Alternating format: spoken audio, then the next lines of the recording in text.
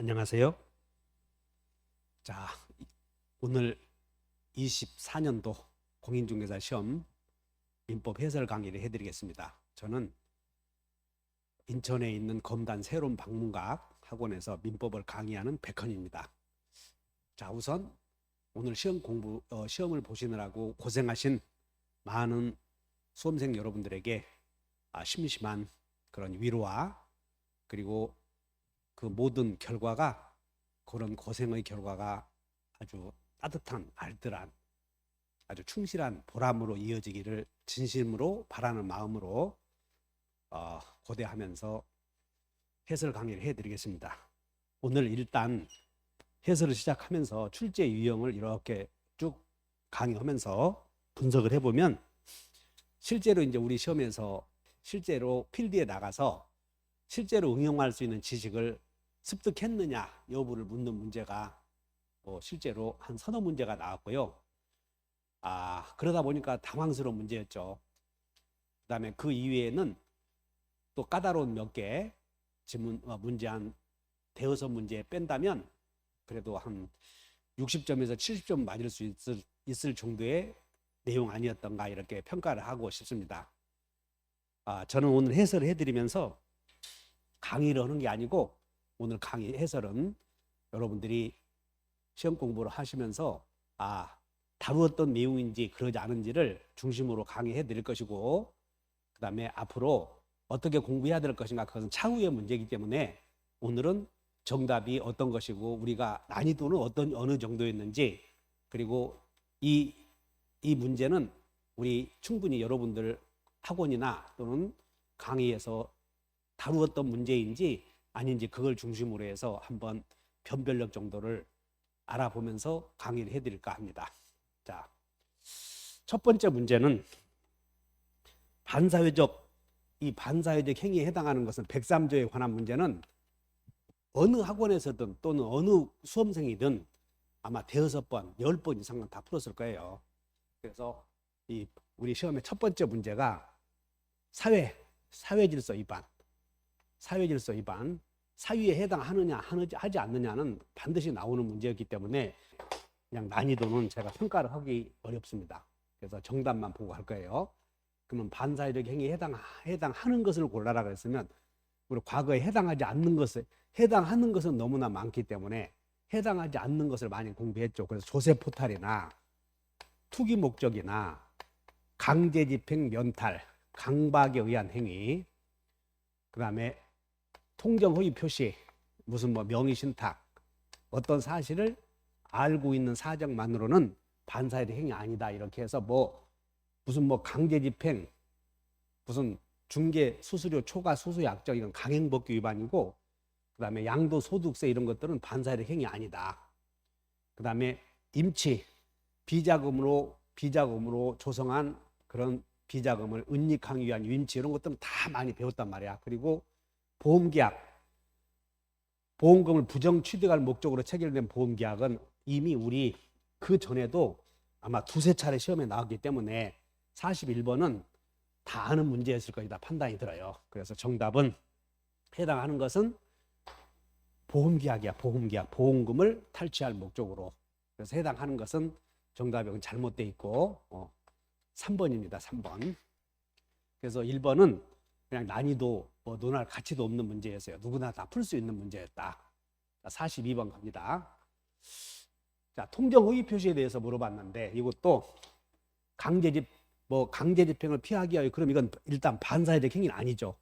그래서 갑과 을이 강제집행을 피하기 위해서 가장매매해서 을의 명의로 등기가 격려가 되면 가장매매는 무효. 그리고 이 가장매매에 대해서는 갑의 채권자는 사회행위를 이루 취소할 수도 있죠. 그래서 자, 문제 해설해보면 갑을 간의 계약은 무효이다. 그 다음에 갑을 간의 가장매매는 갑의 채권자가 사회행위를 이유로 채권자 취소권의 대상이 될 수 있느냐. 그래서 채권자 취소권의 대상이 되냐 안 되냐. 우리 여러분들이 공부하신 분들은 우리 중개사 시험에서 채권자 취소권의 대상이 되냐 안 되냐 물어보는 내용이 딱 두 군데 아닙니까. 하나는 반사회적 이중매매. 반사회적 이중매매는 금전 채권이 아니므로 채권자 취소권의 대상이 안 된다. 기타 그 이외의 통정 허위 표시 기타 이유로 무효가 되는 경우에는 채권자 취소권의 대상이 될 수 있다. 이게 나오는 게 두 군데므로 이 내용은 맞는 내용이고, 그 다음에 여기서 갑을병 그리고 정 나오면 이 사람은 당사자, 그 다음에 제3자, 그리고 정 나오면 이 갑과 을의 병이 선이다 그러면 이 사람은 악의로 나올 것이고, 악이다 그러면 선의로 나올 것이고, 결론은 병이 선의인 경우에는 뒤에 정은 선의하게 불문하고 권리를 취득하죠. 그래서 저희들이 강의할 때도 누구나 그랬을 거예요. 갑을 병정 나오면 정은 권리를 취득한다 그러면 그것이 정답이니까, 취득하지 못한다 그러면 그걸 골라라 그랬죠. 그래서 병이 선의이면 권리자와 거래를 한 정은 선의하게 불문하고 권리를 취득한다. 그래서 정답이 5번인데, 이 내용은 아마 누구나 다 다뤘던 문제이고, 이것은 공인중개사 공부를 하시는 분들은 무효에 대한 일반적인 효력을 이해하고 계셨으면 다 풀 수 있는 내용이었어요. 어쨌든 제3자는 선의면 된다. 제3자는 선의일 것이다. 즉 이 제3자의 선의 악의는 무효를 주장하는 자가 증명해야 한다. 이것은 무효의 일반론으로 해결하는 거지. 갑을 간의 계약은 유효일 것이다. 그럼 무효라고 하는 사실은 주장자가 증명해야 된다. 제3자는 선의일 것이다. 제3자가 악이라는 사실은 무효를 주장하는 자가 증명해야 된다. 채권자 취소권의 대상이 될 수 있다. 갑을병정 나오면 그냥 볼 것 없이 정은 소유권 취득한다 이렇게 했어야 돼요. 자, 42번에 정답이 5번이고, 이것도 여러분들 학원가에서 모든 교재에서 다 다뤘던 내용이기 때문에 이건 틀리면 그냥 실수로 틀렸을 것이다 생각이 들어요. 43번 차고 옳은 것을 골라라. 우리 선의의 제3자에게 대항하지 못한다는 내용은 아마 비진의 표시, 통정의 표시, 차고, 사기, 강박을 이유로 무효가 된 경우, 그 다음에 명의신탁은 선의하게 불문하고 선의에 대항하지 못하다. 그래서 선의의 제3자에게 대항하지 못하는 것이 비통착사강, 선악 불문하고 대항하지 못하는 게 명의신탁. 그러니까 상대적 무효는 의사표시 생긴다. 맞는 거고, 그 다음에 두 번째는 알고 이용한 경우와 중대한 과실로 갑이 96만에 팔 생각이었는데 이렇게 표시했다고요. 그런데 이 사실을 갑이 알고 이용했고, 갑은 실수를 크게 했다. 그럼 어느 경우를 보호해야 되느냐. 그래서 중대한 과실이더라도 알고 이용했다면 차고 취소할 수 있다. 맞고, 그 다음에 디귿번은 중개사 공부하신 분들은 5표시 무효의 원칙이라고 해서 엄청 많이 공부했을 거예요. 그래서 5표시 무효의 원칙은 합의대로 갑과 을이 X 토지에 대해서 합의를 한 후에 Y 토지에서 잘못 표시했다 그러면 5표시 무효의 원칙은 공부를 많이 했을 거예요. 합의는 유효, 그 다음에 표시는 부존재지, 부존재. 그냥 취소 문제 못한다. 그러니까 여기는 차고 취소할 수 있다 그러면 틀렸죠, 이런 게. 그래서 43번의 정답은 대항하지 못한다.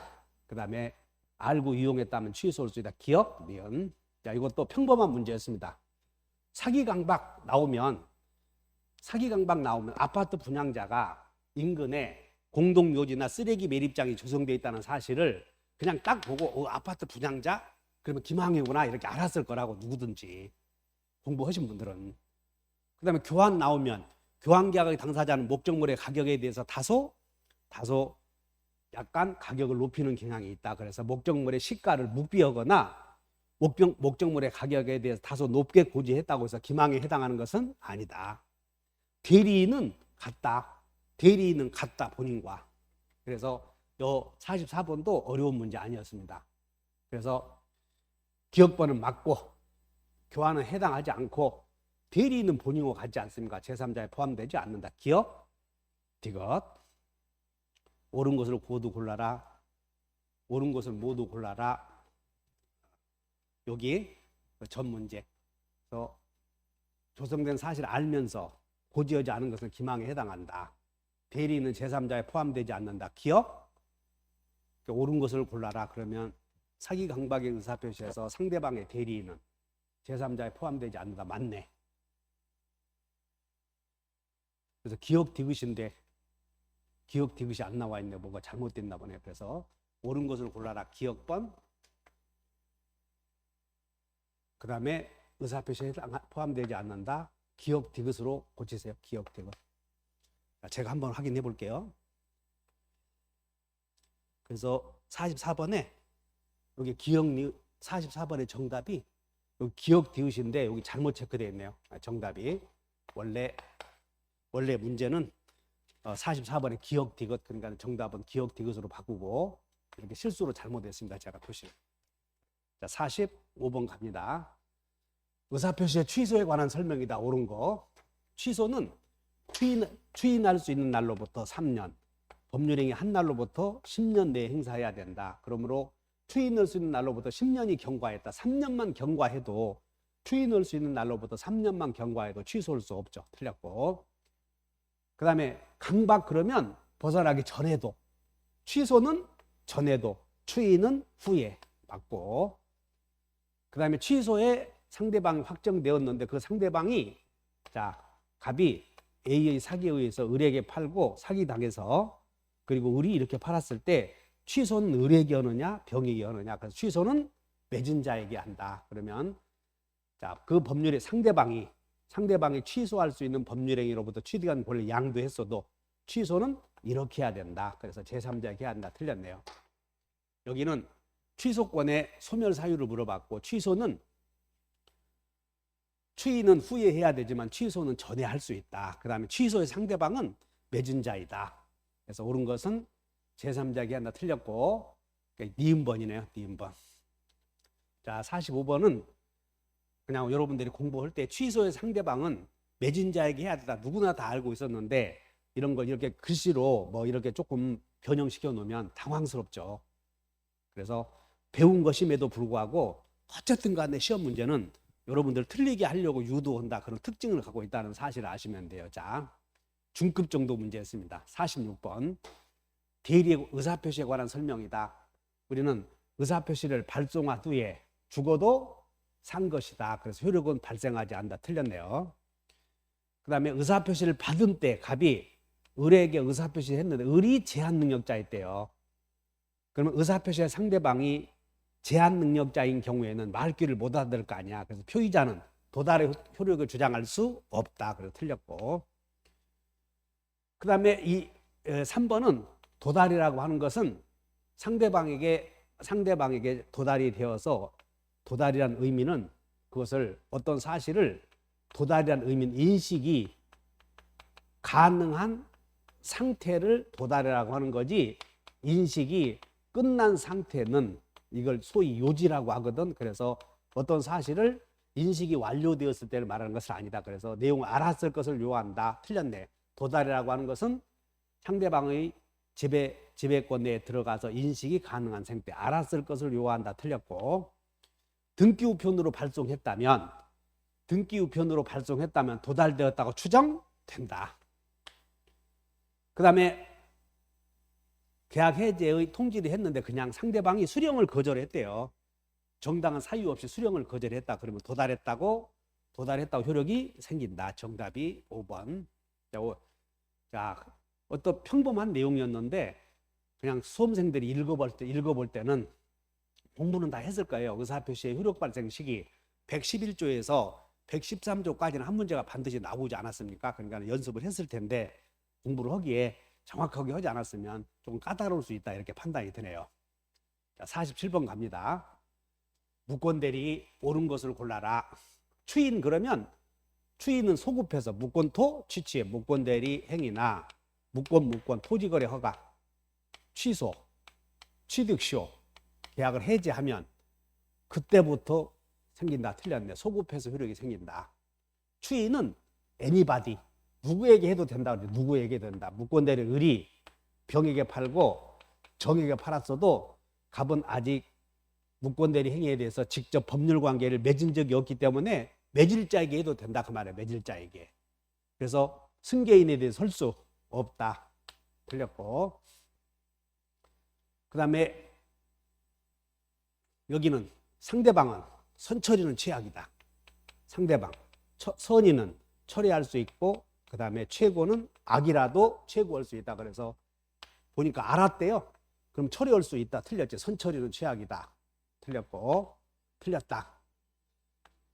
그 다음에 4번 무권대리 행위의 상대방은 본인에게 추인 여부의 확답을 최고할 수 있고 그 기간의 확답을 자 확인할 게 발하지 않은 발신주의 맞고 침묵은 현상 유지다. 그래서 추인한 것으로 본다. 틀렸네요. 거절한 것으로 본다. 자, 본인이 후에 자기에게 효력이 없다고 이의를 제기하지 않고 이를 장시간 방치. 이것은 행동이 없다. 이거 방치. 그래서 단순한 침묵은 추인이 아니다. 추인하였다고 볼 수 없다. 맞네요. 그래서 침묵이 추인이 되려거든 행동이 개입이 돼야 되지. 행동. 그래서 단순한 침묵은 추인이 아니다. 그래서 정답이 5번. 조금 여러분들 무권대리 나오면 그냥 일단 좀 법률 문제가 복잡하므로 수험생들은 무권대리 나오면 기분은 좀 좋지 않지. 아무리 연습을 했어도. 그래서 여기에 침묵은 장기간의 침묵, 추인이 아니다. 요건 많이 나왔던 내용이에요. 자, 48번 갑니다. 갑은 자신의 토지에 대하여 을에게 대리권 수여하였다. 을에게 대리권 수여하였다. 옳은 것은. 그러면 대리권 수여하였다. 그러므로 을은 임의 대리이냐? 그럼 임의 대리인은 복인권 없다. 틀렸네. 원칙이 없죠. 그 다음에 대리인은 의사표시, 본인이 시킨 의사표시 한 개만 해야지 서운하다고 2개 할 수는 없다. 그러므로 계약을 체결했으면 해지하면 의사표시 2개 할 거 아니야. 그래서 없다. 맞고. 기억번은 틀렸다. 니은번은 맞고. 디귿번. 을이 병에게 위임장을 제시하고 계약을 체결하면서 계약서에 매도인을 을로 썼대. 현명을 하지 않았대요. 계약서에. 그런데 위임장을 제시했다면 상대방이 현명을 하지 않았어도 대리인으로서 한 것임을 알았거나 알 수 있었죠. 그러므로 효력이 본인에게 미친다 해야지. 115조 2항. 그래서 현명을 하지 않았어도 상대방이 알았거나 알 수 있었으면 효력이 미친다. 그래서 틀린 것은, 옳은 것은 니은번 하나. 자, 여기는 어렵다, 쉽다.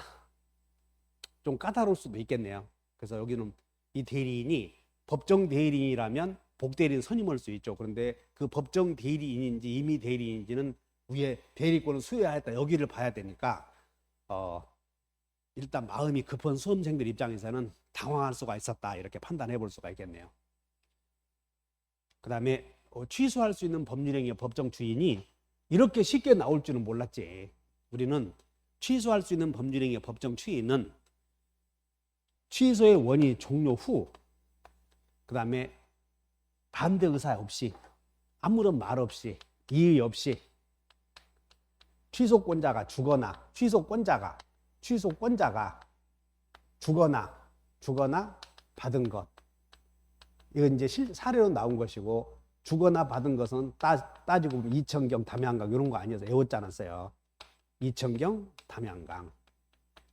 그래서 그걸 골라라고 그래서 뭐 취소권자가 이행, 그 다음에 취소권자가 청구, 이천경, 취소권자가 집행, 그 다음에 취소권자인 채무자의 담보 제공. 그래서 취소권자인 채무자의 담보 제공이다. 이 말이 자세히 보면 취소권자인 채무자가 이렇게 되지. 취소권자인 채무자가 담보를 제공했다. 이런 뜻이지. 그래서 여기는 혼동은 두 개의 권리가 동일인에게 귀속되는 현상이죠. 그래서 주고받은 것이 아니므로 법정 추인이 아니다. 그래서 이게 나오리라고는 뭐 과거에 한 번 나온 적이 있었는데 저렇게 나오리라고는 예상도 못했지. 근데 또 이렇게 되니까 또 당황했을 것이라고요. 그래서 어쨌든 간에 법정 추인 사유가 아닌 것은 49번은 어려운 문제는 아니었다. 이렇게 판단이 들고요. 50번 갑니다. 법률행위의 부관. 일단 조건은 표시되지 않으면 조건이 아니다. 그래서 틀린 것을 골라라. 맞고. 기한이익 상실특약은 일단 기한이익 상실특약 기, 형, 추 이렇게 다 외웠을 거라고. 기한이익 상실특약은 정지조건부 특약과 형성권적 특약 두 가지가 있는데 정지조건부 특약이었는지 형성권적 특약이었는지 불분명하면 형성권적 특약으로 추정된다. 그래서 틀렸고. 그 다음에 조건이 붙어 있다면 우리는 조건이 붙어 있는 법률행위는 조건과 법률행위는 분리해서 효력을 결정할 수는 없다. 그러므로 특별한 사정이 없는 한 분리해서 효력을 결정할 수 없기 때문에 조건을 붙일 수 없는 법률행위 예컨대 상대방 있는 단독행위나 가족법상 행위에 조건을 붙여 있다면 일체로서 효력을 다루어야 된다. 그러므로 전부가 무효다. 맞네요. 네 번째, 정지조건부 법률행위에 해당한다는 사실은 자 여기 정지조건부 법률행위는 불확정적 무효거든. 그러므로 불확정적 무효라고 하는 사실은 여기 무효니까 무효를 증명하는 자. 그래서 법률 효과의 발생을 다투려는 자에게 있다. 이 4번은 과거에 이렇게 나왔던 지문인데 새롭게 또 등장을 했네요. 그래서 정지조건부에서 조건의 성취를 증명하라는 문제가 아니고 정지조건부에 해당한다는 사실은 누가 증명해야 되는가. 정지조건부 법률행위는 일단 무효 아니야. 그래서 무효를 주장하는 자가 증명해야 된다. 맞고. 그 다음에 이행 기한이다 이렇게 나오면 그 사실의 발생이 불가능해도 기한은 틀림없이 도래하지 않습니까? 그래서 도래한 것으로 보아야 한다. 그래서 이 지문도 아마 일반적으로 공부하신 분들은 연습을 많이 했을 거예요. 기한, 볼 곳 없다, 도래한다 이렇게 봐야 되니까.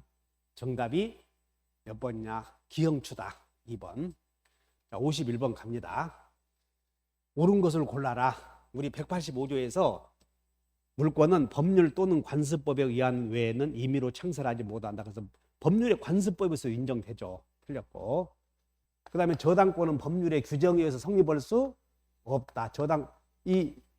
우리가 물권 변동 원인에는 의사표시인 경우와 의사표시 없는 경우 있는데 의사표시 없는 경우가 법률 규정 아니야?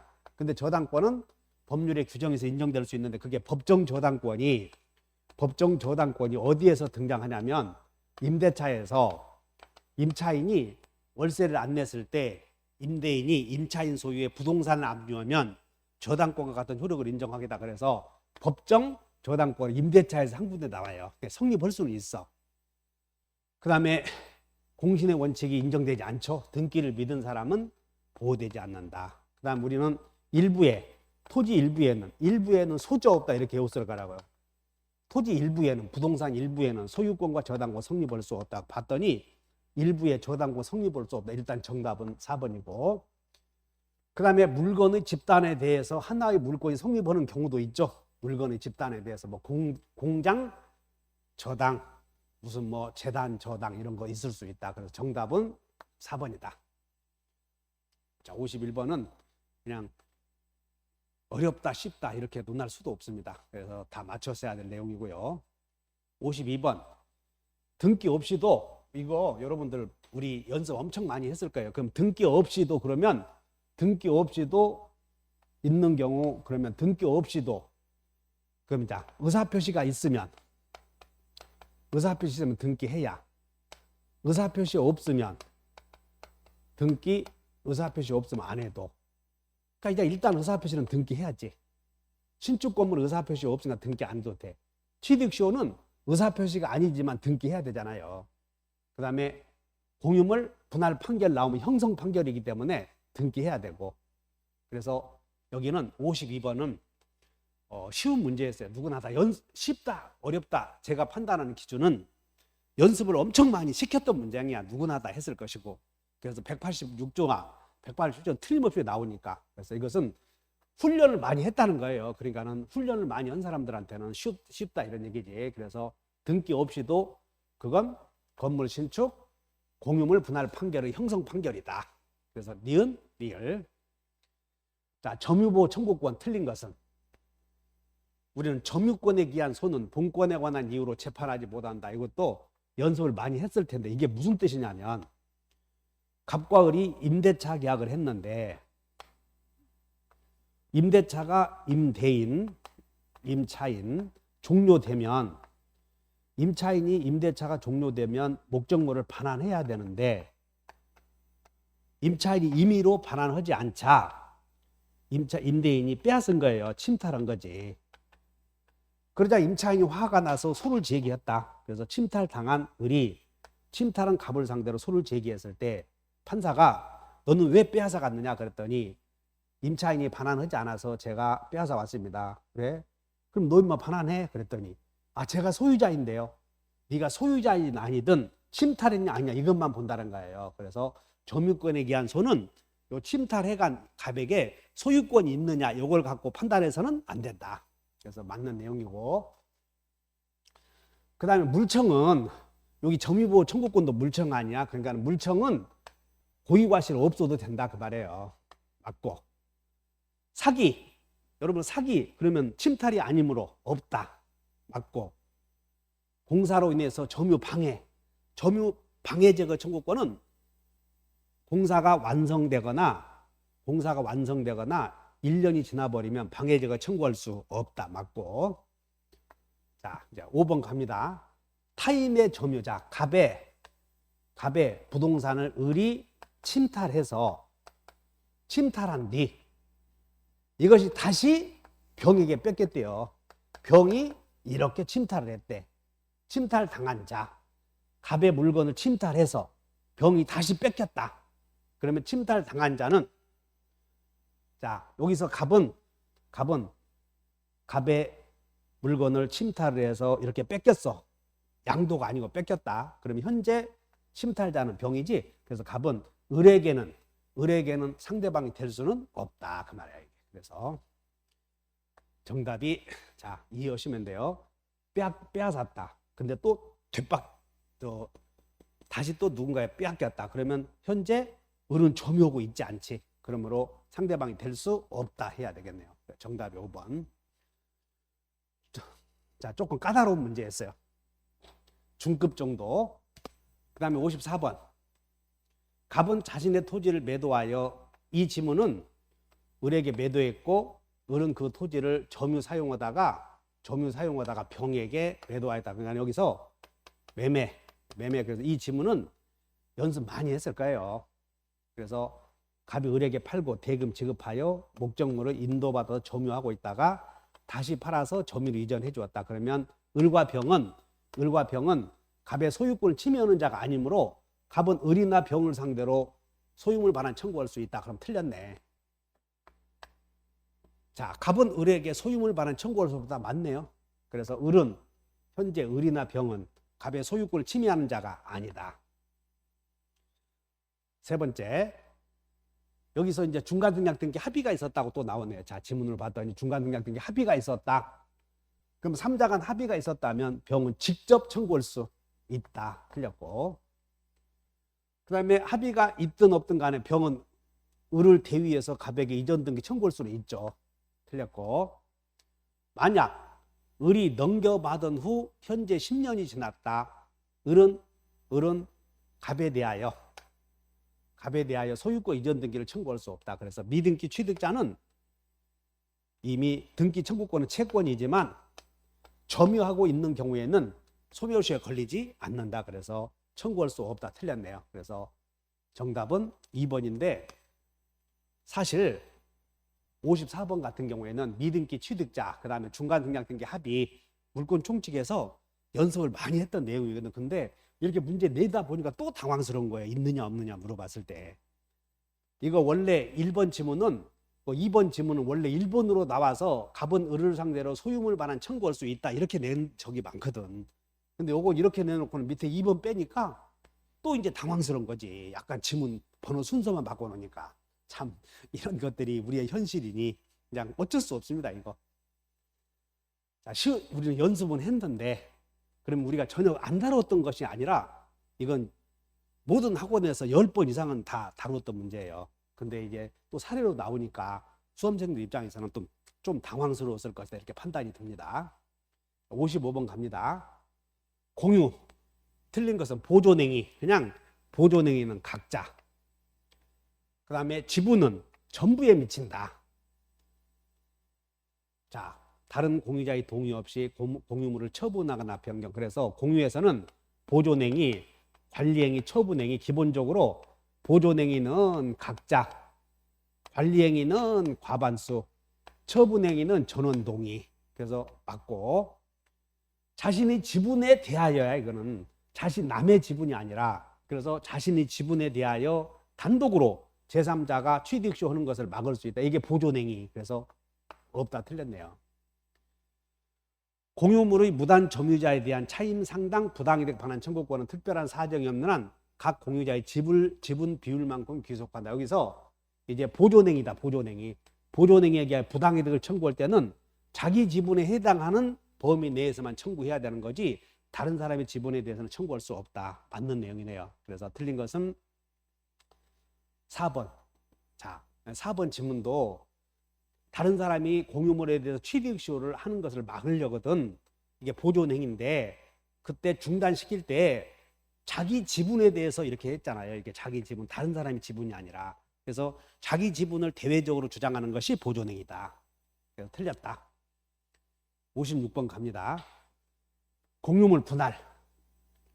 물론 우리는 공유물 분할에 관해서 이 문제는 실제로 등기해야 되느냐 안 해야 되느냐 여러 가지 공부를 했지만 이제 기출문제를 다루어 볼 때는 공유물 분할에 대해서는 조금 가벼이 한 셈이 있었죠. 이렇게. 자, 봅시다. 재판 분할은 이제 여러분들 재판상 분할은 잘 알아야 돼. 재판상 분할은 판사 마음이다. 이렇게. 그러니까 판사 마음대로 분할할 수 있다. 공유자들이 이렇게 분할해 주시오, 저렇게 분할해 주시오에 구속받지 않는다. 그래서 이 공유물을 갑과 을이 공유하고 있을 때 갑이 단독으로 소유하고 을은 매매 대금 받고 나가는 방법 그렇게 할 수도 있다 이 말이야. 분할을 하지 않는 공유자는 계속 남게 할 수도 있다. 이걸 이제 공유물 분할 방법에 대해서 강의가 안 되어 있더라도 공유물 분할에서 재판 분할은 공유자들이 청구한 것에 구속받지 않는다 이렇게 알고 가시면 돼요. 두 번째 협의 분할은 공유물 분할 방법에도 협의 분할. 그럼 협의가 이루어지면 의사표시가 들어갔으므로 등기해야 단독 소유가 된다. 그럼 등기가 되면 그 등기는 접수한 때부터 물권 변동의 효력이 생긴다. 맞네요. 등기를 해야 단독 소유가 된다. 그러면 등기했으면 언제 단독 소유가 되냐면 접수한 때다.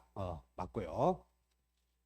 자, 이 내용은 등기법 등기의 효력 발생 시기를 묻는 것이고 민법에서는 협의 분할에 의한 경우는 등기해야 된다. 이 정도만 배웠는데 그리고 그 등기하면 언제 효력이 생기느냐 이것은 접수한 때다. 이런 것들은 사실은 많이 다루지 않았죠. 그러나 등기법을 공부하실 때 또 등기를 공부할 때 좀 다뤘던 내용들입니다. 민법에서는 그냥 등기해야 된다 이 정도만 물어봤는데 또 여기서 접수한 때다 여기까지 물어보니까는 조금 당황했을 수도 있을 거네요. 자, 공유물 분할이 이루어지면 공유물 분할은 지분의 매매가 이루어지기 때문에 지분의 매매 교환이 이루어지기 때문에 매매 그러면 담보 책임이 생긴다. 당연히 맞는 내용이고 그 다음에 자 협의가 성립되었다. 공유물 분할 방법에는 협의에 의한 분할과 재판 분할이 있잖아요. 근데 일단 공유물 분할 방법에 협의가 성립이 되었다면 그 후에는 재판 분할은 재판상 분할 안 된다. 다만 협의에 의해서 분할이 이루어졌는데 그 일방이 약정을 지키지 않으면 약정 지키려고 하는 소를 제기할 수 있으나 공유물 분할의 소송을 제기할 수는 없다. 맞는 내용이네요. 자, 그래서 56번은 공유물 분할에 대해서 좀 깊이 공부를 하지 않았으면 좀 당황할 수가 있었는데 자, 조금 중급 정도 문제입니다. 57번 갑니다. 57번은 이 지문은 이상하게도 출제위원 교수들이 누가 이기느냐 끊임없이 지치지 않고 내는 문제예요 이게. 그래서 올해는 좀 안 나올 거 아닌가 연습은 물론 하지만 이 또 나올 것인가 설마 그런데 또 내네 이게 아주 끊임없이 아주 출제위원들이 중개사 시험 우리 공부하는 사람과 누가 이기느냐 물론 합격하고 나가면 그런 분들은 다시 안 보죠. 그런데 계속 내고 있어요 지금. 그래서 갑소유의 토지에 을이 무단으로 건물을 축조했대요. 무단으로. 그럼 이 토지 점유자는 을이고 그래서 갑은 을을 상대로 건물 철거, 방해 제거, 토지 반환, 그 다음에 부당이득 반환, 그리고 손해배상 청구. 그래서 소유자는 물청, 부청, 손청을 다 할 수 있죠. 이렇게. 다만 을에게 철거라 할 수는 있어도 물권적 청구권 중에서 철거 소송을 제기할 수 있으나 이 을의 집에서 퇴거하라 하는 것은 무의미하다. 자, 문제 보자. 그런데 이렇게 병에게 팔아서 병이 우리는 매매한 경우도 있고 임대한 경우가 있는데 물어보는 경우가 두 개인데 임대했다고 그러네, 임대. 그러면 갑은 임차인에게는, 자, 을에게는 건물 철거 청구해야 되고 병에게는 퇴거 청구해야 되는데 철거 청구할 수 없죠. 그러면 을에게 철거 청구하기 위해서는 병이 지금 살고 있지 않습니까? 그래서 병을 상대로는 퇴거하라. 그래서 갑은 병을 상대로 퇴거 없다. 틀렸네요. 그래서 정답이 1번이고. 그 다음에 이제 이 토지의 점유자는 자, 토지 소유자와 건물 소유자가 다를 때 건물 부지의 점유자는 건물 소유자에게 있다. 그러므로 갑은 을에게 토지 내놓으시오. 여기 토지 내놓으시오. 그 다음에 건물 철거시오. 네가 토지를 무단으로 썼으니 부당이득 내놓으시오. 다 할 수 있다. 만약 을이 임대하지 않고 스스로 점유하고 있다면 갑은 을을 상대로 퇴거는 안 되지. 철거 청구해야 되므로. 왜냐하면 퇴거 청구해본들 또 을을 상대로 철거 청구 한 번 더 해야 된다는 얘기예요. 그래서 이중 소송 때문에 퇴거 청구하지 말고 철거 청구하라. 만약 을이 무단으로 건물을 점유하고 있다면 이제 을과 병 사이를 묻는 거예요. 여기서는 만약 을이 갑의 건물을 무단으로 점거하고 있다면 을은 병을 상대로 소유권에 기해서 또는 점유권에 기해서 인도를 청구할 수도 있다. 그래서 맞는 내용이네요. 그래서 57번은 계속 나오고 있는데 우리 강사 입장에서는 지금 이거 10년 거의 계속 나오고 있거든. 그래서 올해는 좀 안 나오려니 하면 또 나와 이게. 그래서 조금 강의를 가볍게 하면 어쩔 때는 미안하기도 하고 물론 많이 해드린 거예요. 자, 57번.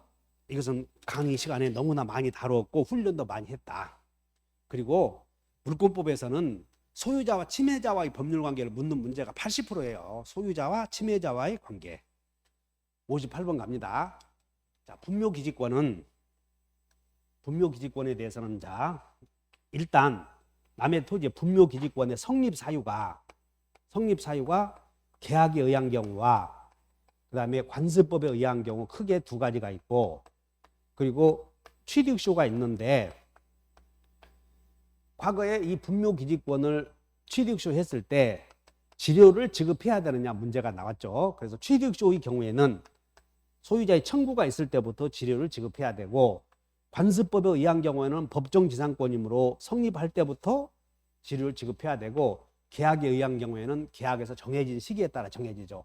그래서 그런 걸 물어봤고 그다음 분묘기지권은 다 모자 쓰고 있으므로 여기다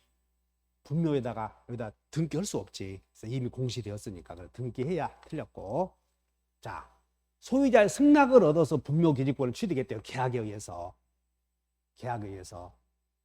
그러면 계약에 의해서 분묘기지권을 취득했을 때 그 계약상의 지위는 토지 소유자의 합의에 의해서 정한 지료지급 의무의 존부나 범위 효력은 특정 승계인에게 효력이 미치는가 그런 문제.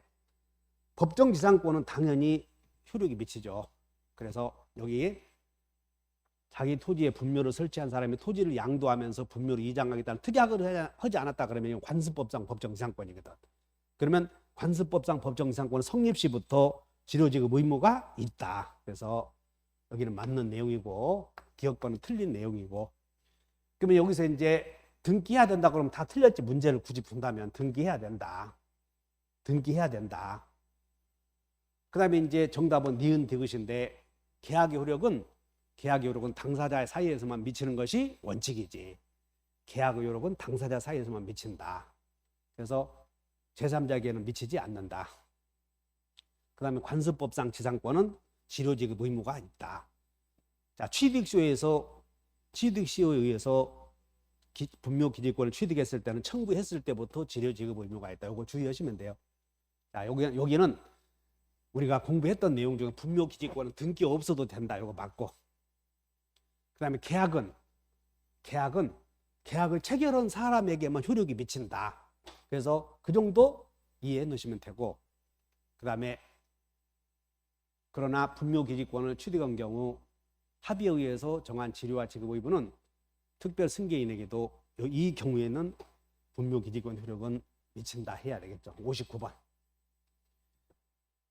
자, 59번 지역권에 관한 설명이다.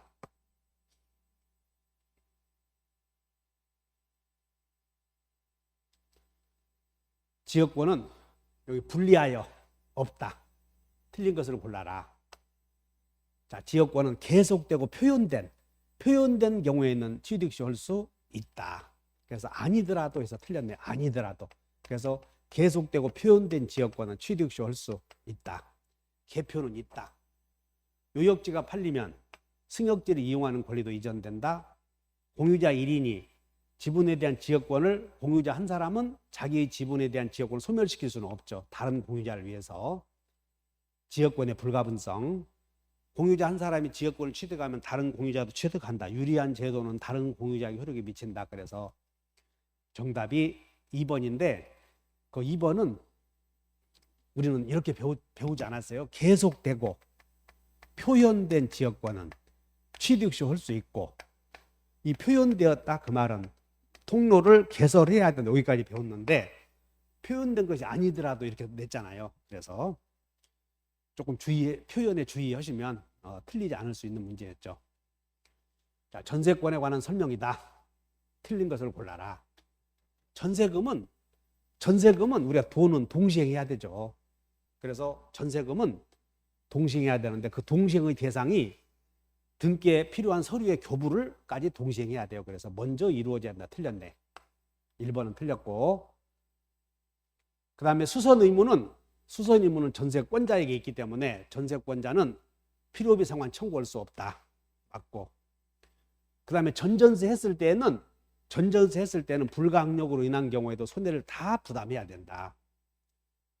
그 다음에 대지와 건물을 소유했을 때 법정지상권은 대지와 건물이 동일한 소유자에게 속한 경우 대지의 소유자가 달라지면 우리는 전세권 설정자에게 지상권을 설정한 것으로 본다. 그래서 전세권자가 아니라 설법지 이렇게 외웠지. 그러면 보면 제3자는 전세권 설정자에게 지상권을 설정한 것으로 본다. 설법지 맞고 타인의 토지에 지상권을 설정한 자가 타인의 토지에 지상권 설정한 자가 건물을 신축하여 그 건물에 전세권 설정했을 때는 즉 갑의 토지에 갑이 소유하는 토지 을이 빌려서 여기다가 건물 지어서 여기다가 전세권 설정하면 건물 전세권 효력은 건물 소유를 목적으로 하는 지상권이나 임차권에도 미치고 그러다 보니까 그 건물 소유자는 전세권자의 동의 없이 이 사람은 전세권자의 동의 없이 지상권을 소멸케 해서는 안 된다. 맞네요. 그래서 틀린 것은 1번인데 여기는 1번에다가 오늘 공부하신 분들 좀 편안하게 1번이라도 잘 맞추고 가시라고 뒤에는 좀 어렵게 내고 앞에는 쉽게 낸대요. 이렇게. 그래서 1번이 정답이었습니다. 자, 61번 갑니다. 자, 틀린 것을 골라라. 권리금 비용이 아니지. 비용만 유치권이므로 없다. 유치권의 행사는 채권의 가는 세월을 막을 수 없다. 공사대금 채권에 기하여 유치권을 행사하는 자가 스스로 유치물인 주택에 유치권자는 보존에 필요한 사용을 할 수 있다. 보존에 필요한 범위에서의 사용은 불법 점유가 아니지만 부당이득은 반환해야 된다. 이때 도대체 보존에 필요한 사용이 어느 경우냐. 그래서 건물을 유치하는 자가 그 건물에서 사용하는 것은 유치물의 보존에 필요한 사용에 해당한다 냈던 거고 자 이제 유치권에 의한 경매라는 거야. 유치권자가 경매한 거예요. 그럼 유치권자 스스로 경매 신청하면 이제 유치권은 소멸하게 돼 있지. 그래서 유치권자가 다른 사람이 경매 신청하면 제3자가 경매 신청하면 유치권 소멸하지 않지. 그런데 유치권자가 경매 신청해서 목적 부동산의 부담을 소멸시키는 법정 매각 조건으로 실시된 경우 유치권자 경매한 거야. 그러면 유치권자는 일반 채권자보다 우선해서 배당받을 수 있느냐? 안 되지. 유치권자는 자기가 유치하고 있는 목적물을 스스로 경매 신청했을 때 우선 변제권은 없기 때문에 그 경락대금에서 다른 채권자가 배당받고 나머지가 있을 때 경매 신청해야 될 것이다. 그러므로 유치권자의 경매 신청은 스스로 여러 가지 경우의 수를 판단해야 된다. 그래서 어쨌든 유치권자에게는 우선 변제권 없다. 틀렸고. 자, 수급인은 유치권을 행사해야 되는데, 자, 유치권의 객체는 독립된 물건이어야 돼요. 근데 여기 보니까 독립한 건물이 되지 못한 정착물을 설치한 상태에서 공사가 준공되었다면 유치권의 대상은 존재하지 않는다. 맞네요. 62번 갑니다. 저당물의 경매로, 자, 법정지상권. 저당권자의 경매로 인한 법정지상권. 그러면 저당권자의 경매로 인한 법정지상권은 저당권 성립 시 토지와 건물의 소유자가 동일인이어야 돼. 그래야만 법정지상권이 성립이 되죠. 이때 건물은 일시적인 것은 아니어야 돼. 그래서 일시 사용을 위한 경우는 안 된다. 맞고. 그 다음에 이 건물이 일시 사용이 아닌 경우라면 무허가 미등기 건물이라도 된다. 무허가 건물이라도 된다. 틀렸고. 자, 지상 건물이 없는 토지에 저당권 설정 받으면서 그러면 나대지에 저당권이 성립되었다. 그 후에 저당권자가 건축을 지어도 된다. 그래서 저당권자의 동의하에 건물을 신축했어도 저법제는 성립하지 않는다. 그래서 이 366조는 강행 규정이다. 이걸 의미하는 거예요. 그래서 저당권 성립 시 저당권 성립 후에 저당권자의 동의를 얻어서 건물을 신축했다 하더라도 저법제는 성립하지 않는다. 그래서 정답이 기역, 니은, 기역, 디귿. 옳은 것을 골라라. 무허가 건물의 경우에도 된다. 저당권 성립을 저법지가 성립되려거든 저당권 성립 시 토지와 건물의 소유자가 동일이어야 된다. 그러므로 나대지에 저당권이 성립이 되고 나중에 저당권자의 동의를 얻어서 법정지상권을 인정한다는 동의가 있어도 성립하지 않는다. 여기 주의하시면 돼요. 그래서 이 내용은 좀 까다로웠다고 볼 수 있겠네요. 자, 63번 갑니다. 올해 시험이 이렇게 실제로 공인중개사를 취득해서 현장에 나갔을 때 그 내용을 고객들에게 설명할 수 있는가라는 실무에 적합한 능력을 갖고 있는가 물어보는 문제가 한 서너 문제가 나왔어요. 그중 하나가 보시죠. 1억 원을 대여하면서 여기는 이제 문제가 막 나오니까 이거 혹시 공동저당 아닌가 이런 생각을 했을 텐데 그런 게 아니고 1억 원을 대여하면서 자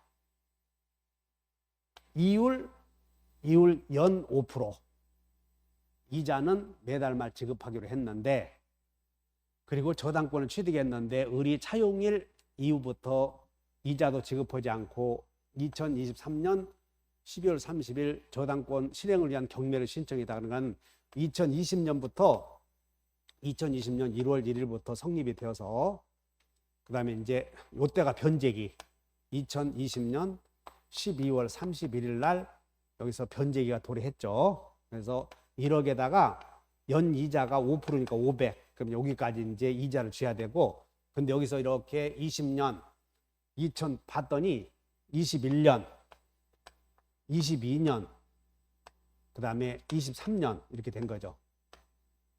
그럼 여기서 이제 지연이자는 이렇게 되지.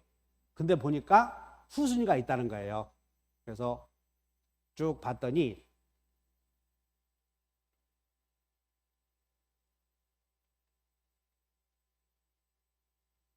여기 후순위 저당권자가 존재한다. 만약에 이 토지에 후순위 저당권자가 존재하지 않으면 지연이자는 제한 없이 받을 수 있는데 후순위 저당권자가 존재하죠. 그래서 지연이자는 1년분, 2년분, 3년분이 아니고 후순위가 존재하는 경우에는 1년분의 지연이자까지만 받는다. 그래서 1억에다가 원금에 대한 여기 이자 못 받은 거 500, 연 5%. 그리고 여기도 못 받은 거 500. 여기 못 받은 것은 후순위가 존재하기 때문에 받을 수가 없죠. 그래서 지연이자는 여기 500, 1년분의 지연이자. 자, 2번이 정답이에요. 그래서 이렇게 문제를 내는 경우가 있구나. 우리는 지연이자는 보통의 저당권의 경우 지연이자는 1년분에 하나인데 이렇게 배우지 않았어요. 그런데 그 실제로 응용할 수 있는가 물어봤던 내용이에요. 63번은 여기는 좀 복잡한 것 같이 보이죠, 이게. 그래서 위에 가분수 문제는 밑에를 봐야 되는데 여러분들이 여기 후수입 저당권자가 존재한다는 걸 이해하시면 돼요. 자, 64번 근저당권. 우리는 근저당권이 성립이 되고 그 다음에 채권이 확정되기 전까지는 얼마든지 변경 등기할 수 있죠, 근저당권에. 그래서 변경할 수 있다. 일단 맞는 거야. 그 다음에 근저당권 설정자는 소유자가 설정자가 된다. 소설을 쓴다. 그럼 그 소유자는 채무자일 수도 있고 채무자 아닐 수도 있고, 그래서 소설 쓴다 배웠고, 그 다음에 채권 최고에게는 이자, 지연이자 다 포함되지만 여기 실행비용은 포함되지 않죠. 그래서 지연이자는 채무의 이자는 포함되지 않는다. 틀렸네요. 이자는 지연이자든 1년분의 지연이자든 최고액에 들어가는 범위에서는 모두 담보된다. 그래서 자, 1번이 제3자 할 수 있다. 변경할 수 있다. 그래서 기억, 니은. 자, 이제 계약법 갑니다. 우리 전형계약 중에 매매는 우리가 성립될 때부터 낙성계약, 그 다음에 효력은 채권계약. 채권계약에는 편무냐 쌍무냐 이렇게 나누잖아요. 그래서 매매는 쌍무계약, 쌍무는 모두 유상계약이다. 그래서 우리 시험 범위에 해당되는 매매, 교환, 임대차는 공통적으로 적용이 되죠. 임대차는 유상계약이다. 맞고, 매매는 우리가 성립될 때 청승 합치만 있어도 되니까 낙성계약이다. 틀렸고, 도급은 쌍방이 의무를 부담함으로 쌍무계약이다. 틀렸고, 교환은 매매교환, 임대차는 낙채, 쌍유, 무상계약이다. 틀렸고, 증여는 편무계약이고 무상계약이지. 그래서 정답이 5번. 그런데 의외로 65번 같은 경우를 그냥 공부를 정확하게 또 가볍게 하신 분들은 또 놓칠 수가 있지. 자, 쉬운 문제였어요. 자, 66번 갑니다. 우리 이 계약의 성립에 대해서는 한 문제가 꼭 나오죠. 한 문제. 그래서 어려운 문제가 아니었죠. 격지자가는 격승발. 그 다음에 승낙의 통지가 필요하지 않다 그러면 여러분들 의사실현이야. 의사실현. 그래서 의사표시로 인정되는 사실이 있는 때 맞고, 그 다음에 청약이 교차되었다 그러면 교차청약은 양청도 맞고, 그 다음에 승낙자가 변경을 가했다 그러면 조건이나 변경을 가한 승낙은 청약을 거절하고 새로운 청약을 한 것으로 아마 볼 수 있다가 아니라 본다. 그래서 조변, 본다. 맞네.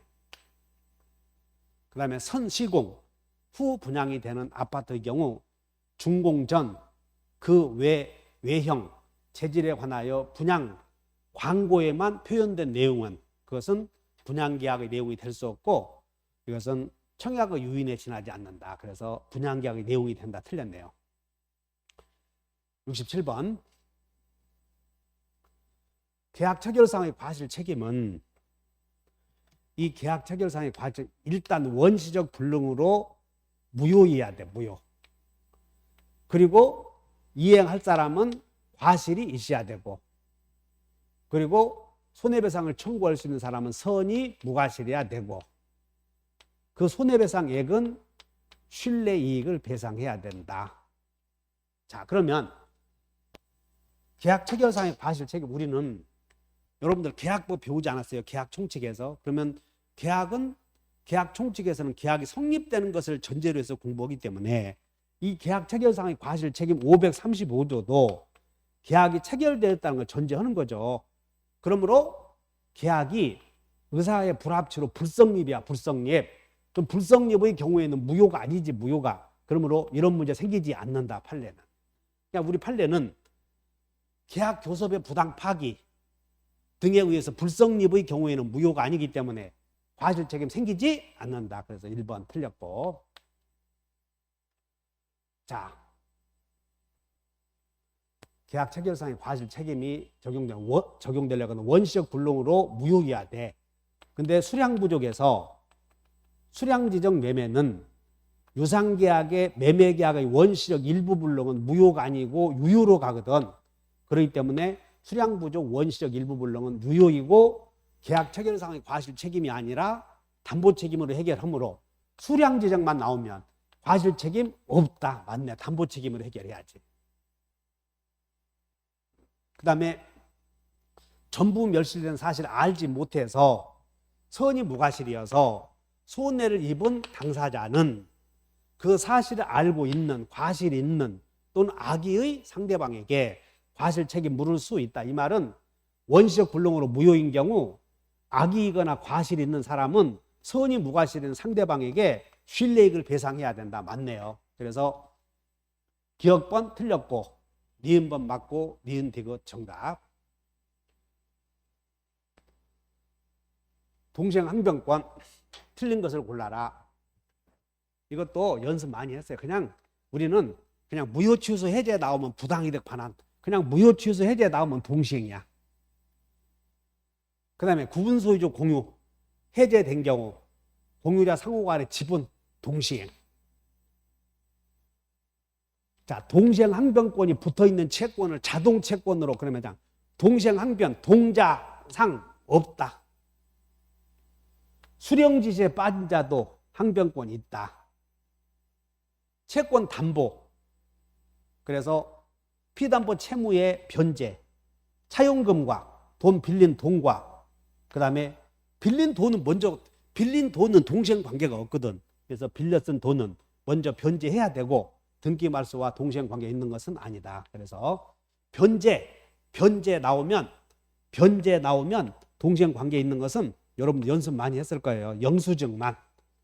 변제와 차용증, 담보등기 말소, 동시행 관계가 아니다. 그래서 5번은 그 변제와 담보물권 소멸 절차는 동시행 관계가 아니다. 연습을 많이 했기 때문에 그냥 우리가 안 배웠던 내용을 나왔기 때문에 까다롭다. 그런 질문은 아니었어요. 69번 갑니다.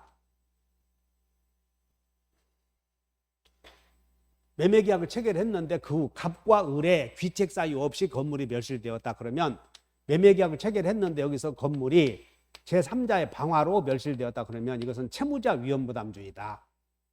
그러면 채무자 위험부담주의 시 채권자는 부당이득을 청구하거나 대상 청권이 있다. 이렇게 해결해야지. 부대 있다. 자, 이렇게 되었다. 1번 갑은 을에게 대금 지급 청구할 수 있다. 틀렸네. 채무자 위험부담. 을은 갑에게 계약금 내놓으시 할 수 있다. 부당이득 할 수 있다. 맞고. 자, 만약 을의 수령지체, 여기 수령지체 중에 을이 수령을 지체하고 있는 중에 귀책 사유 없이 건물이 멸실되었다. 그럼 을에게 이제 책임, 채권자 위험부담. 그럼 채권자 위험부담의 경우 갑은 을에게 대금 청구할 수 있다. 그래서 이제 갑이 을에게 대금 내놓으셔 청구할 수 있기 때문에 을은 갑에게 부당이득 내놓으셔 할 수 없지. 반환해야 되니까. 그래서 이것은 채무자 위험부담주의에 적용된다. 그래서 옳은 것을 골라라. 니은번. 자, 위험부담 문제 했고, 여기에 대해서 정확하게 이해하고 위험부담에 관해서 정확하게 이해하고 있지 않은 분들은 좀 난해할 수 있어요. 그냥 공부를 하신 분들에게는 조금 쉽다 이렇게 할 수 있으나 정확하게 이해하지 않은 사람은 불능만 나오면 원시적 불능이든 후발적 불능이든 그냥 좀 기분이 안 좋거든. 자, 70번 갑니다. 매도인 갑과 매수인 을 사이에 매매대금을 병에게 지급하기로 하는 제3자를 위한 계약이 체결되었다. 그리고 병이 수익의 의사표시를 하였다. 자, 갑을 간에 매매계약을 체결하고 매매대금을 네가 병에게 주어라. 근데 수익의 의사표시를 했대요. 첫째, 이 을이 약속을 안 지키면 갑은 동의 없이 계약을 해지할 수 있다. 이 을이 약속 안 지키면 기본계약은 얼마든지 갑이 을이 해지할 수 있죠. 그래서 동의 얻을 필요 없다. 그래서 동의 없이 없다. 틀렸고. 즉 제3자는 기본계약에 어떤 영향을 주지 않는다. 자, 을의 기망으로 갑이 계약을 체결했을 때 자, 을의 기망으로 갑이 계약을 체결했을 때 병은 사기를 이유로 취소할 수 있다. 틀렸어. 병은 갑을 간의 계약에 어떤 영향도 주지 않는다. 세 번째, 갑병 간의 관계, 이거 소위 대가 관계라고 배웠죠.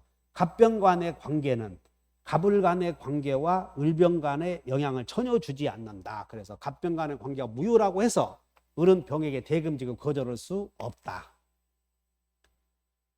자, 을이 병에게 대금을 지급했대요. 그리고 취소되었을 때 을은 병에게 부당이득 내놓을 수 없다. 그래서 이렇게 대금을 지급한 후에 나중에 갑을 간의 계약이 해제되거나 취소되었을 때 병은 을에게 부당이득 반환 의무가 없다. 즉 을은 계약을 취소했을 때 계약의 당사자는 갑이기 때문에 계약의 효력을 갑에게만 주장할 수 있다. 그래서 4번도 틀렸고, 마지막, 갑과 을이 계약을 체결할 때 계약의 내용 속에 병이 수익의 의사표시를 하더라도 이런 사정이 있으면 계약의 내용을 변경시킬 수 있다라고 미리 보류해 둔 경우에는 병의 권리를 소멸할 수도 있다. 그래서 정답이 5번.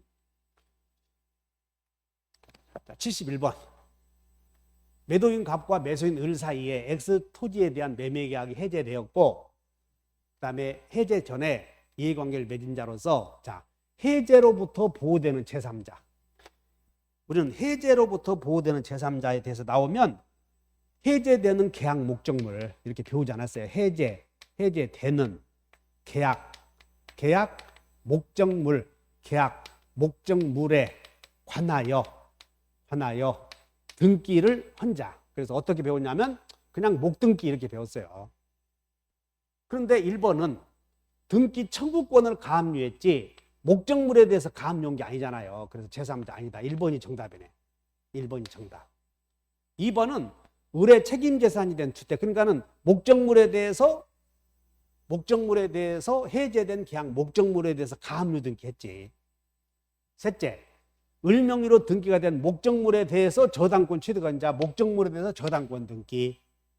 자, 매매계약에 따라 소유권 이전 청구를 보존을 위해서 목적물에 대해서 가등기했다는 거야. 을과 매매계약 해놓고 목적물에 대해서 제3자.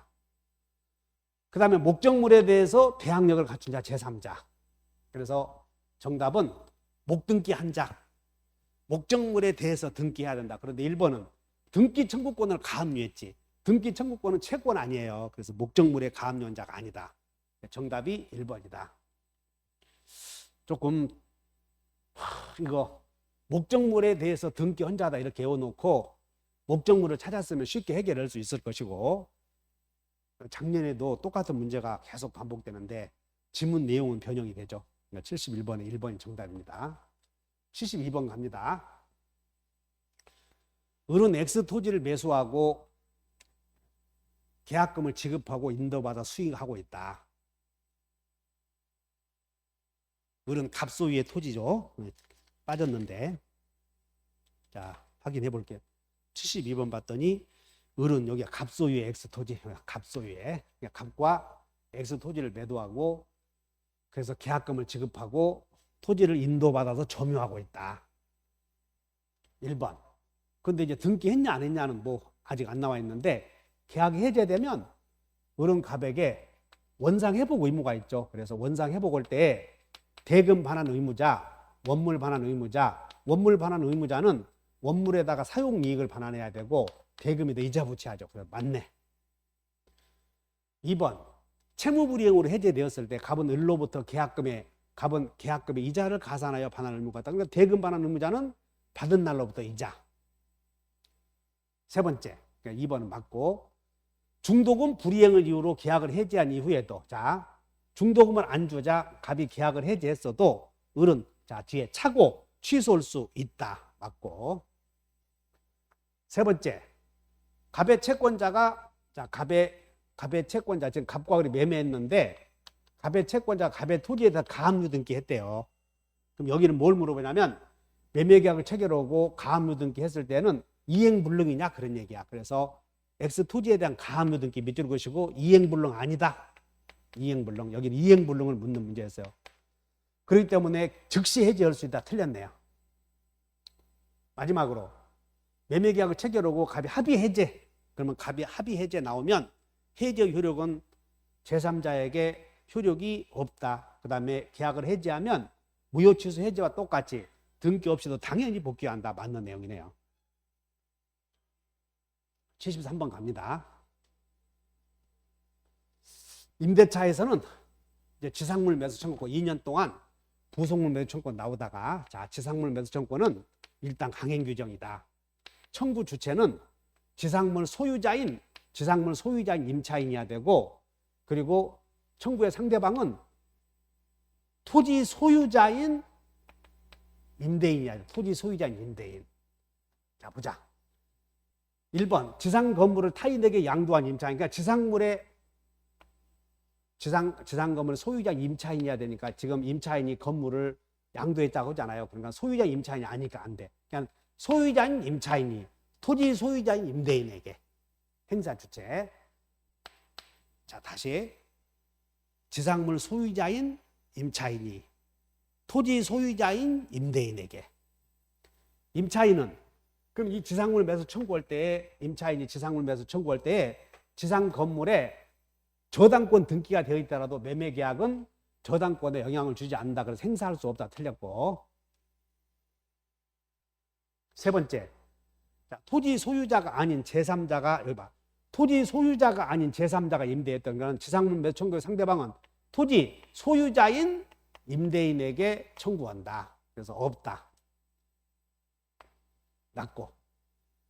임대인이 임차권 소멸 당시 이미 토지 소유권 상실했다. 임차인은 그에게 매수 청구할 수는 없다. 즉 토지 소유자인 임대인에게. 그리고 임차인은 계약을 맺은 임대인에게만 해야 되고 자 임대차가 체결되었고 임차인이 여기다가 임차지에 임차인이 지상물을 지었대요. 근데 임대차가 종료된 후에 토지 소유자가 바뀌었대요. 근데 임차인은 맺은 자에게만 해야지. 대항력 갖췄다는 말이 없지 않습니까? 그러니까는 토지 소유자가 임대인이 여기서 토지를 팔아서 소유권을 상실했다면 임차인은 계약을 맺은 임대인에게만 해야 되는데 이제는 소유권 상실했잖아요. 그래서 없다. 맞고. 틀렸다. 기간에 정함이 없다 그러면 기간에 정함이 없는 경우 임대인이 해지 통고하잖아요. 그러면 갱신 청구 없이 즉시 행사할 수 있다. 그래서 없다. 틀렸네요. 해지 통고하면 임차인은 갱신 청구 없이도 즉시 할 수 있다. 자, 이 내용을 정리하면 지상물 매수 청구권은 가불간에 임대차 계약을 했을 때 임차인이 지상물을 일단 소유하고 있어야 되는 게 원칙이다. 상대방은 지상물을 사가야 될 사람은 토지 소유자인 임대인에게 한다. 토지 소유자인 임대인에게.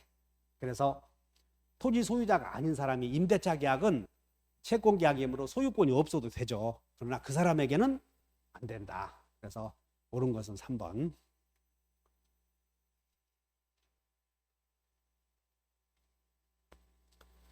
자, 갑은 자기 주택을 2억 원에 임차해서 임차인이 주거용 건물에 대해서 전입신고 후 주택을 점유 사용하다. 그러니까 임차인이 대항력을 갖췄다는 거예요. 주택 임차인이. 그런데 임차인 전입신고 후 차임을 연체하다가 계약이 종료되기 전에 여기서 병에게 건물이 넘어갔다. 자, 여기 그 임차인은 일단 대항력 갖추었고 병은 임대인의 지위를 승계하겠죠. 그래서 특별한 사정이 없는 한 양수인이 임대인의 지위를 승계한 것으로 본다. 자, 그러면 이제 이 연체 차임은 도대체 그럼 연체 차임에 대한 손해배상금의 발생 종기 여기에 이게 우리 일반적으로 강사들이 이걸 다루지 않았던 내용이에요. 그래서 연체 차임의 지연 손해금 발생 종기는 여기다. 종기는 해지시가 아니라 특별한 사정이 없는 한 목적물을 반환할 때이다. 요게 이 내용이 새롭게 우리가 새로운 판례는 아닌데 우리 일반적으로 학원에서 물론 저에 해당하는데 연체 차임에 대한 종기에 대해서 강의를 사실은 일반적으로 하지 않았어요. 그래서 여기는 판례가 자, 지연 손해금에 대한 종기는 여기다 몇 줄 보시면 해지시가 아니고 목적물 반환한 때다. 그래서 2번은 맞는 내용이에요. 자, 지연 손해금에 대한 종기는 여러분들 임대차 계약 연체를 하면 해지하지 않습니까? 그래서 지연 손해금 해지의 해지시가 아니라 목적물 반환시이다. 맞고요. 자, 여기 원래 지금 연체를 물어봤는데 이 을이 연체한 연체료는 갑에게 승계되지 않는 것이 원칙이다. 그러므로 임차인이 연체한 도중에 소유자가 바뀌면 새로운 소유자는 연체료 채권까지 승계하는 거 아니다. 그러므로 임차인의 연체료를 원래 임대인이 지급해야 돼요. 그것이 맞는데, 그러면 이 연체료에 대해서 새로운 임대인이 임차인에게 주장하려거든 연체료 차임 채권을 양도받아야 돼. 양수 통지해야 된다. 자, 그 내용이 원칙인데 이와 같이 임대차가 이 을이 연체하고 있는 동안 임대차가 종료가 되면 이 임차인의 보증금으로부터 모든 연체료든 다 원래 임대인이 승계할 수 있었다. 그래서 자, 실제로는 원칙은 이 연체료는 승계되지 않기 때문에 보증금에 공제할 수 없고 그 연체료를 채권 양도의 통제 방법에 의해서 승계되어야만 하는 것이 원칙이나 그렇게 되면 법률 문제가 너무나 복잡하다. 그래서 임차인의 모든 채무는 보증금에서 당연히 임대차가 종료되는 공개될 수 있으므로 여기에 연체료에 대한 채권을 양도받지 않았더라도 보증금에서 당연히 공개될 수 있다 하는 것이 우리 대법원 판례였다. 그래서 이 3번 내용은 참 어려운 내용이었어요. 그래서 자, 정리하자. 연체 차임 채권은 승계되지 않는다.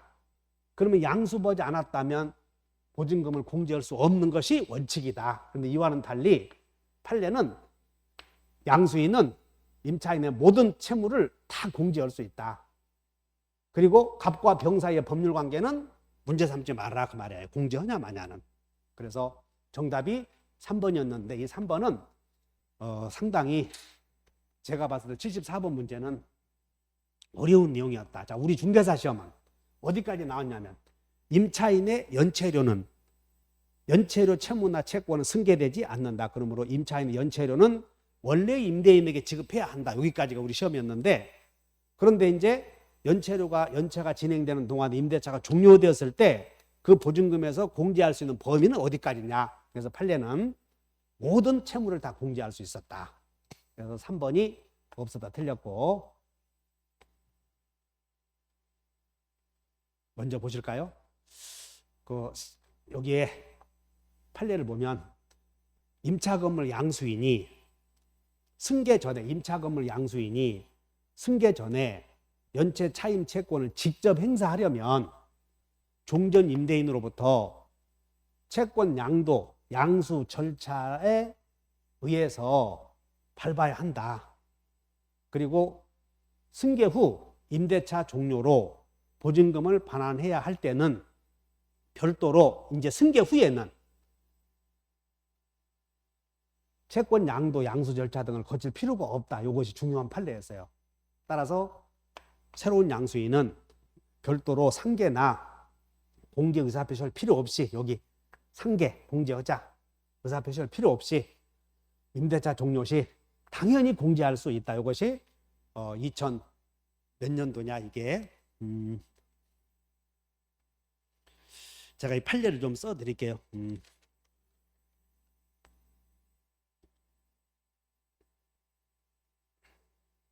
이 판례를 다시 한번 앞으로 가서 오늘 써드릴 테니까.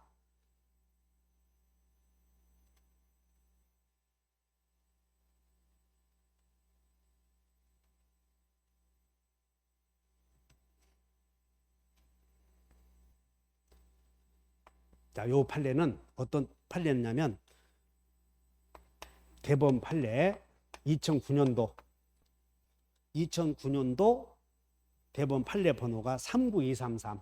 그래서 요거 궁금하신 분들은 대법원 들어가셔서 여기 2009 다 써야지.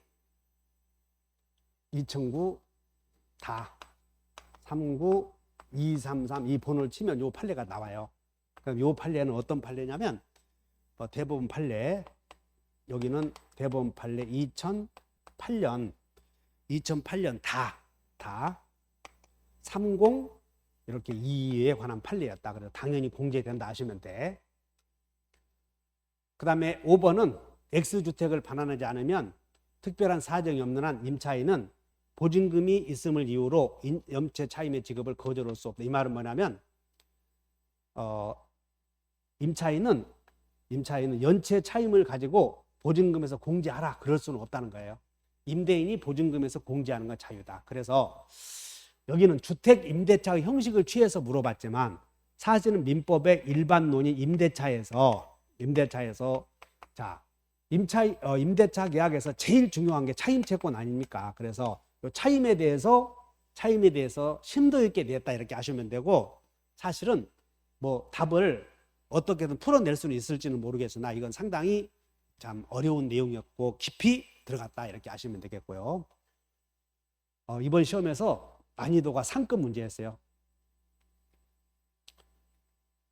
자, 이거 제가 판례 다시 설명해 드렸고, 자, 75번 갑니다. 임차인들은 임대인에게 X주택의 임대차 계약에 대하여 뭐 갱신 요구를 통지하여 그 통지가 2024년 갑액에 도달하였고, 그 다음에 갱신 거절의 통지를 하지 않아서 갱신되었다. 그 후에 임차인이 갱신 청구해 놓고 그 후에 계약 기간이 개시되기 전인 여기에 계약 해지를 통지했다 그 말이야.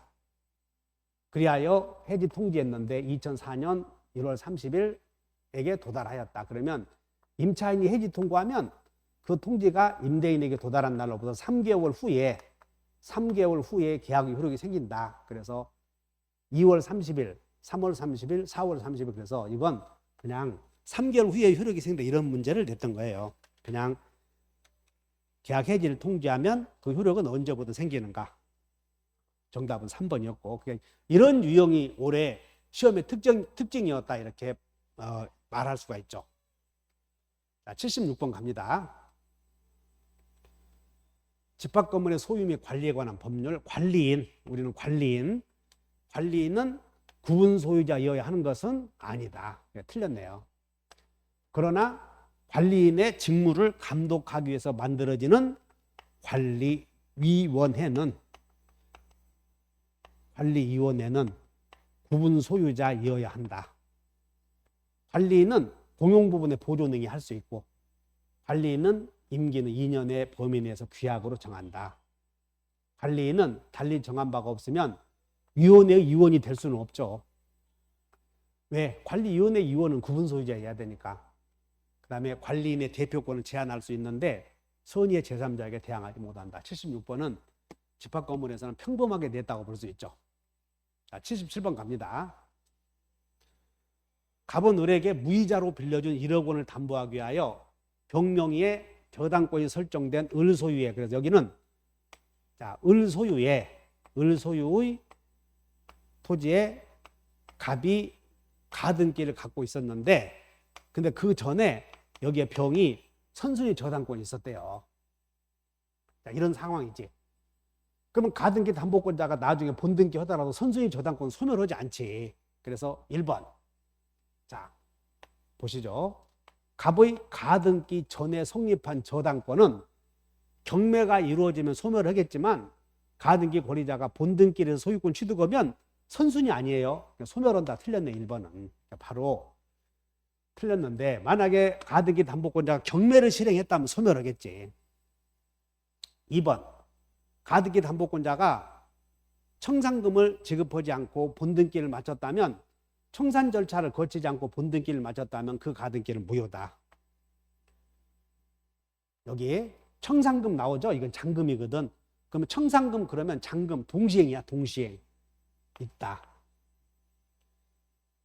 4번. 이제 경매에서 정의 소유권, 이게 경매 절차에서 이 말은 가등기가 경료된 부동산에 대해서 경매가 이루어졌다는 거죠. 그러면 경매가 이루어지면 가등기 담보권은 저당권으로 본다. 그래서 소멸한다. 맞고.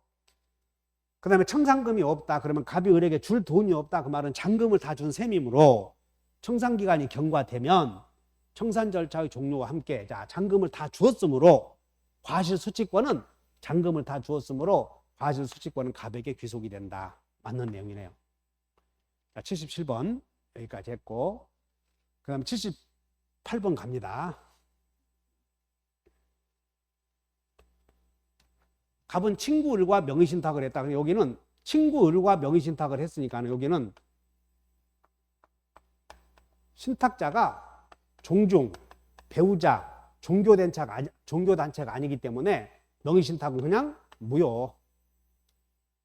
그 다음에 자신의 부동산을 을명의로 등기를 해줬다. 그러니까 이자간의 명의신탁이죠. 그러면 이자간의 명의신탁에 대해서 을은 등기를 해주었으면 소유권은 갑에게 있으므로 갑은 을에게 소유권을 되찾아올 수 있는데 되찾아오는 방법 말소등기 그리고 이전등기. 말소등기를 할 때는 원인을 확정무효를 원인으로 하고 이전등기를 할 때는 진정명의 회복. 그런데 그 을은 정에게 토지를 매도하고 병명의로 소유권 이전등기를 줬다. 자, 78번 조금 여기서 병에게 매도하고 여기가 잘못되어 있네. 병에게 매도하고 그래서 을이 병에게 매도하고 병명의로 등기해줬다. 그러면 명의신탁 나오면 제3자는 선납불만의 권리를 취득한다. 그럼 이 경우 갑은 을에게 등기가 되어 있을 때에는 소유권 되찾아올 수 있지만 선의의 제3자에게 처분했을 때는 을은 갑에게 남의 토지를 팔아먹은 셈 아니에요. 그래서 갑은 을에게 불법행위로 인한 손배청 있다. 이 정답이었어요. 자, 소유자는 무효등기 명의인에게 물청, 부청, 손청 행사할 수 있다. 근데 이걸 물어봤네요. 2번 갑과 을의 명의신탁 약정으로 인해서 을과 병 사이에 여기는 무효지만 여기에 매매가 무효가 되는 건 아니죠. 그래서 여기 매매는 항상 유효. 갑은 병을 상대로 그럼 이 병 명의의 등기가 현재 말소라고 하는 것은 무효일 때 쓰는 표현 아니야. 그래서 병 명의의 등기는 유효이므로 말소 청구할 수는 없다. 자, 명의신탁 해지. 이 갑과 을의 명의신탁 해지는 유효임을 전제로 하는 것이므로 갑을 간의 명의신탁은 지금 무효 아니에요. 그러면 해지를 이유로 이전등기 청구할 수는 없다. 해지를 이유로 안 돼. 진정명의 회복을 이유로 이전등기, 확정무효를 원인으로 말소등기 해야지. 그래서 명의신탁 무효 그러면 해지 없다. 만약 을이 X부동산의 소유권 취득한 병으로부터 을이 병에게 이 상태에서 병에게 팔고 소유권 이전 등기 되면 일단 병은 소유권 취득했죠. 그러면 갑은 소유권 상실한 경우. 근데 그 후에 을이 어떤 경우에 의해서 소유권을 되찾아온다고 해서 갑이 소유권이 되살아나는 건 아니므로 갑은 을에게 소물청 있다 그러면 틀렸네. 소유권에 기한 물청 있다 그러면 틀렸어. 자, 그래서 정답이 1번.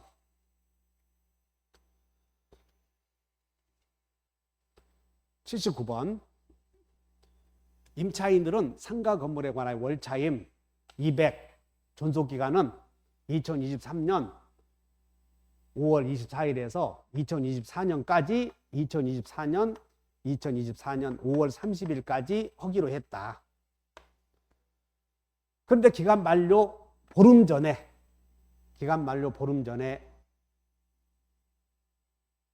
갱신 거절의 통지를 했다. 여기서 주체는 갱신 거절의 통지가 누구냐면 임차인이 했다는 거야. 임차인.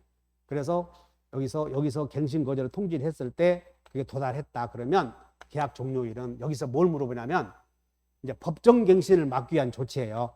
그래서 묵시적 갱신이 막기 위해서는 여러분 주택 임대차에서는 임차인은 6월에서 2월 전에 갱신 거절의 통지를 해야 되는데 상가의 경우에는 갱신 거절의 통지를 해야 될 기간이 정해져 있지 않거든. 그러면 상가 임차인은 언제든지 갱신 거절의 통지를 할 수 있어요. 그래서 기간 만료 전 14일 날 갱신 거절 통지했어도 그냥 기간이 만료되면 그냥 임대차는 당연히 종료되지. 그렇기 때문에 임대차 계약 만료일이 5월 23일, 그래서 5월 23일 전에 했기 때문에 여기는 5월 23일이 지나면 기간은 당연히 만료된다. 그래서 79번에 2번은 뭘 물어봤냐면 상가 임대차에서 상가 임차인의 갱신, 거절, 통지, 시기 요걸 물었던 거예요. 주택 임대차에서는 기간 만료죠. 6월에서 2월 전에 갱신, 거절에 통지를 해야 된다. 상가 임대차는 그런 제한이 없다. 그렇기 때문에 상가 임차는 언제든지 나 내일 나간다 해도 된다. 그래서 정답이 2번을 물었고, 자, 이거 언젠가 나올 것이라고 예상하고 강의하셨던 분도 계시고, 법정갱신과의 차이에서 뭐 일반적으로 또 이런 내용에 대해서 이걸 무시하고 가는 경우도 있었고, 그래서 일반적으로 이 내용은 알고 보면 쉬운 문제였으나 그러나 놓치기 쉬운 지문이었다. 그렇게 판단해 보고요. 자, 마지막 80번 문제입니다. 상가 건물 임대차 보호법에 적용되는 X 건물에 관하여 임대인 임차인들이 보증금 3억 원, 월차임 60만 원으로 해서 임대차 기간이 만료로 종료되었다. 그런데 임대인이 임차인에게 보증금을 반환하지 않아서 임차인이 현재 건물을 점유 사용하고 있다. 자, 이 문제는 임대차가 종료되었는데 임대인이 보증금을 반환하지 않아서 임차인이 동생 항변권에 의해서 점유하고 있죠. 그러면 임차인의 점유는 첫째, 점유할 권리가 있으므로 불법 점유는 아니다. 그러나 점유하면서 사용하고 있다면 사용하고 있다. 그러면 사용이익은 부당이득으로 반환해야 되는데 이 부당이득의 대상이 뭔가 이게 부당이득의 대상이. 그래서 판례는 임차인이 종전에 임대인에게 차임을 지급하지 않았어요. 그러면 종전에 정한 그 차임의 지급을 청구할 수 있다. 이것이 판례다. 그래서 정답은 자, 갑은 임차인에게 종전 임대차 계약에서 정한 차임의 지급을 청구할 수 있다. 이게 정답이고 그냥 이것은 간단한 거예요. 자, 불법 점유는 아니다. 그 다음에 부당이득을 청구할 수 있는데 그 부당이득의 대상이 차임에 상당하는 부당이득 이것이 아니고 명백하게 임대차 계약에서 정한 차임의 지급이다. 1번 갑은 불법 점유가 아니므로 손배청 없다. 틀렸고 을은 갑에게 채무불이행 계약은 끝났으므로 채무불이행 책임 없죠. 갑은 을에게 차임 상당 근데 차임 상당인데 구체적으로 정답은 임대차 종전 계약에서 정한 차임 지급 청구 4번이 정답이고 임차인은 보증금 반환할 때까지 건물에 대해서 유치권 행사할 수는 없다. 그래서 유치권은 행사하기 위해서는 목적물에 들어간 비용 때문에 해야죠. 그래서 비용 상환을 위해서는 유치권 행사해야 되는데 보증금이죠. 행사할 수 없다. 자, 이렇게 해서 간단하게 오늘 시험 봤던 내용들에 대해서 해설을 해드렸는데 자, 이제 마지막으로 정리를 해드리면 시험 문제를 분석을 했을 때 항상 우리가 시험 문제를 새로운 시험을 보고 나면 저희들이 항상 느끼는 바는 강사들 입장에서는 빠짐없이 예상 문제 이런 지문까지 나오리라고 예상하고 빠짐없이 해주기를 바라고 그렇게 했으면 좋겠죠. 그런데 또 시간도 있고 또 어떤 면에서는 수험생들 입장에서는 세세한 걸 다 가르쳐 드리면 또 싫어하지 않습니까? 사실은 변명이 아니라 이거 꼭 그렇게까지 해야만 합격하느냐 이렇게. 그래서 제 입장에서 강의가 안 된 것은 아까 그 보증금 저는 검단 우리 학원에서 강의가 안 된 내용은 74번에 여기 연체 차임은 승계되지 않는다. 그러면 연체료는 원래 임대인에게 지급해야 돼. 여기까지만 강의가 됐어요. 근데 차임이 연체된 후에 임대차가 종료되면 연체 차임도 보증금에서 공제할 수 있는가? 여기까지는 사실은 제가 언급하지 못했죠. 그래서 이 내용은 어려운 문제였고, 그다음에 전체적인 면에 봤을 때는 수험생들의 입장에서 봤을 때는 상당히 당혹스러운 문제가 5문제가 있었다. 이거 5문제. 그럼 이 상당히 당혹스러운 문제가 5문제가 있다면 여러분들은 이 문제를 접근할 때에 쉽게 문제가 안 풀리거든. 그럼 이제 문제 전체를 이제 한 문제가 어렵게 되면 전체에 영향을 주거든. 그래서 전체에 영향을 주기 때문에 실제로 시험 결과가 어떻게 나올지는 모르겠으나 올해 시험은 상당히 어려운 부분이었다. 이렇게 평가를 하고 싶습니다. 그래서 시험을 보신 여러분들은 이제 결과를 기다리셔야 되고요. 그 다음에 여기서 제가 봤을 때 어떤 이의 신청할 수 있는 문제가 있는가, 뭐 더 연구를 더 해봐서 여러분들이 합격을 더 할 수 있도록 도움을 줄 수 있도록 노력을 해보겠습니다. 그리고 이제 시험을 보셨으니까 이제는 뭐 이제 결과는 기다려봐야 될 거 아니에요. 그래서 그때까지 그냥 마음 편안하게 계시고 또 못 해본 거 또 못 마신 거 그냥 또 잘 즐겁게 하면서 생활을 보내시길 바랍니다. 그동안에 시험 공부하시면서 마음고생하셨던 수험생 여러분들, 자, 진심으로 감사의 말씀도 드리고 또 위로의 말씀도 올리면서 오늘 해설 강의를 마칠까 합니다. 감사합니다.